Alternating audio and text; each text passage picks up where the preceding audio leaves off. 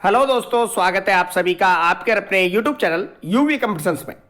मेरे प्यारे साथियों, राजस्थान कर्मचारी चयन बोर्ड द्वारा आज एक इंपॉर्टेंट प्रेस नोट जारी किया गया है। साथियों, मेरे यह इंपॉर्टेंट प्रेस नोट बोर्ड द्वारा आगामी आयोजित परीक्षाओं में किए जाने वाले बदलाव के संबंध में। साथियों, मेरे आज के हमारे इस वीडियो में हम जानेंगे राजस्थान कर्मचारी चयन बोर्ड द्वारा ऑनलाइन आवेदन प्रक्रिया, परीक्षा आयोजन, ऑनलाइन आवेदन में क्या क्या संशोधन किए हैं। साथियों, मेरे इस सूचना के प्रकाशन के पश्चात बोर्ड द्वारा आगामी आयोजित होने वाली बोर्ड की समस्त भर्ती परीक्षाओं में ये नियम, ये संशोधन और ये बदलाव लागू हो जाएंगे। आइए जानते हैं कौन कौन से बदलाव हैं। पहला बदलाव है एडिटिंग का। बोर्ड द्वारा जिन पदों के लिए ऑनलाइन आवेदन पत्र भरवाए जाएंगे उनमें एडिटिंग की सुविधा 2 बार, एक बार जब आप ऑनलाइन एप्लीकेशन फॉर्म भर रहे हैं तब उस दौरान, और उसके 1 माह पश्चात 7 दिन के लिए प्रदान की जाएगी। इस एडिटिंग के समय वन टाइम रजिस्ट्रेशन यानी कि OTR में दर्ज सूचनाएं जैसे कि आपका नाम, पिता का नाम व जन्म तिथि में किसी भी प्रकार का संशोधन अनुमत नहीं होगा। दूसरा में है कि अभ्यर्थियों द्वारा एडिटिंग की निर्धारित अवधि में जो भी संशोधन किया जाएगा उसका पूरा विवरण बोर्ड के पास फॉर्म के साथ उपलब्ध रहेगा। संदेह होने पर आवश्यक जांच की जाकर अभ्यर्थी की अभ्यर्थिता किसी भी स्तर पर निरस्त की जा सकेगी। तीसरा है ऑनलाइन फॉर्म विड्रॉल का। ऑनलाइन आवेदन करने के बाद किसी भी कारण से यदि कोई अभ्यर्थी ऑनलाइन आवेदन प्रत्याहरित करना चाहता है यानी कि विड्रॉल करना चाहता है तो उसे परीक्षा से लगभग 1 माह पूर्व 3 दिन की अवधि के लिए अवसर प्रदान किया जाएगा। वह कैंडिडेट यदि उस तरह की शैक्षणिक योग्यता नहीं रखता है तो अपना ऑनलाइन एप्लीकेशन फॉर्म विड्रॉ कर सकता है। चौथा है ऑनलाइन आवेदन के समय शैक्षणिक एवं तकनीकी योग्यता के दस्तावेज अपलोड किए जाने आवश्यक हैं। यदि आवेदक द्वारा वांछित शैक्षणिक योग्यता प्राप्त की जा चुकी है तो अंतिम वर्ष की अंक तालिका या डिग्री या डिप्लोमा के प्रमाण पत्र को अपलोड किया जाना आवश्यक है। यदि अभ्यर्थी अंतिम वर्ष में प्रविष्ट हो रहा है तो पिछले वर्ष की अंक तालिका अपलोड की जानी है। यदि संबंधित पाठ्यक्रम में प्रवेश ले लिया है तो प्रवेश फीस की रसीद एवं यदि अभी प्रवेश भी नहीं लिया है तो इस आशय का नोटरी से सत्यापित शपथ पत्र अपलोड किया जाना आवश्यक है। साथियों, मेरे वह परीक्षा तिथि से पूर्व जो निर्धारित योग्यता है उसको ग्रहण कर ले। अभ्यर्थी द्वारा अपलोड किए गए दस्तावेजों में यदि कोई प्रविष्टि अस्पष्ट अथवा पढ़ने योग्य नहीं पाई गई तो अभ्यर्थी की पात्रता निरस्त की जा सकेगी एवं अभ्यर्थी को साक्ष्य छुपाने का दोषी माना जा सकता है। 5वां, अभ्यर्थी द्वारा भरे गए ऑनलाइन आवेदन एवं प्रवेश पत्र में प्रविष्टियों की सूचना आवेदन में अंकित ईमेल और व्हाट्सएप नंबर पर भेजी जाएगी।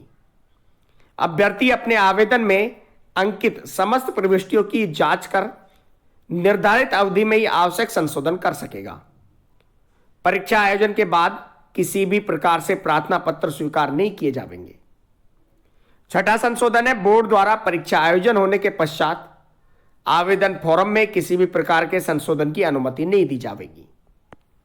7वां संशोधन है, बदलाव है कि ऑनलाइन आवेदन के पश्चात बोर्ड द्वारा आयोजित की जा रही आगामी परीक्षाओं में अनुपस्थित रहने वाले अभ्यर्थियों से भी नियमानुसार पेनल्टी लिए जाने का प्रावधान किया गया है, जिसके संदर्भ में विस्तृत सूचना पृथक से दी जाएगी। उसके अलावा 8वां चेंजेज है कि परीक्षा केंद्रों पर biometric, face scanning, CCTV camera इत्यादि द्वारा परीक्षा के दौरान अभ्यर्थियों पर निगरानी रखी जाएगी। चयनित अभ्यर्थियों का बायोमेट्रिक रिकॉर्ड, दस्तावेज सत्यापन व ज्वाइनिंग के समय संबंधित विभाग को उपलब्ध करवाया जाएगा ताकि विभाग द्वारा आवश्यकता अनुसार अभ्यर्थी का सत्यापन एवं पुनः जांच की जा सके। 9वां चेंज है कि बोर्ड द्वारा आयोजित आगामी परीक्षाओं में प्रत्येक अभ्यर्थी को ऑनलाइन आवेदन को आधार कार्ड से लिंक करना अनिवार्य होगा। अब परीक्षा केंद्र में प्रवेश से पहले biometric, iris scan, face scan के साथ साथ आधार ऑथेंटिकेशन भी किया जाएगा। साथियों मेरे, यदि आधार कार्ड में कोई संशोधन करवाना है तो पुराने आधार कार्ड को अपडेट करवा कर ही आवेदन करें, अन्यथा आगामी परीक्षाओं में आवेदन नहीं कर पाएंगे। जिन परीक्षाओं में ऑनलाइन आवेदन का आधार से लिंक अनिवार्य किया जाएगा, उन परीक्षाओं में प्रवेश आधार कार्ड के प्रमाणीकरण के पश्चात ही दिया जाएगा।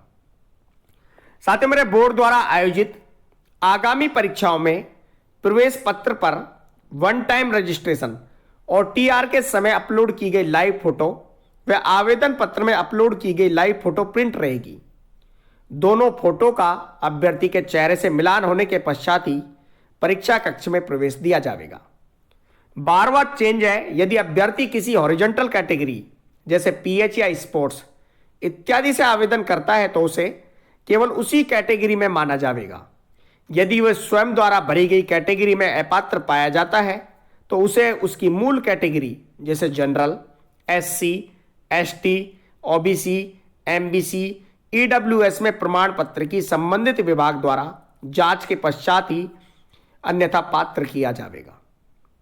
और अंतिम चेंज है 13वां कि यदि कोई अभ्यर्थी दस्तावेज सत्यापन के समय ऐसे कोई डॉक्यूमेंट्स प्रस्तुत करता है जो कि उसके द्वारा ऑनलाइन आवेदन के समय भरी गई सूचनाओं या अपलोड किए गए दस्तावेजों से मिसमैच होता है या उनके अतिरिक्त भिन्न पाया जाता है, तो ऐसे अभ्यर्थियों को अपात्र घोषित किया जाएगा और नियमानुसार डिबार करने की प्रक्रिया की जाएगी। अतः अभ्यर्थी अपना ऑनलाइन आवेदन ध्यानपूर्वक भरें। किसी भी प्रकार की जानकारी के लिए राजस्थान कर्मचारी चयन बोर्ड की ऑफिशियल वेबसाइट www.rsmssb.rajasthan.gov.in या www.rssb.rajasthan.gov.in का अवलोकन करते रहें। अन्य जानकारी के लिए कमेंट करें, आपके कमेंट का रिप्लाई आपको मिलेगा। वीडियो देखते रहें, बने रहें और जुड़े रहें आपके अपने यूट्यूब चैनल यूवी कंपटीशंस के साथ। ये थे चेंज जो कि राजस्थान कर्मचारी चयन बोर्ड की द्वारा आयोजित होने वाली आगामी सभी भर्ती परीक्षाओं में लागू होंगे। थैंक यू सो मच, धन्यवाद।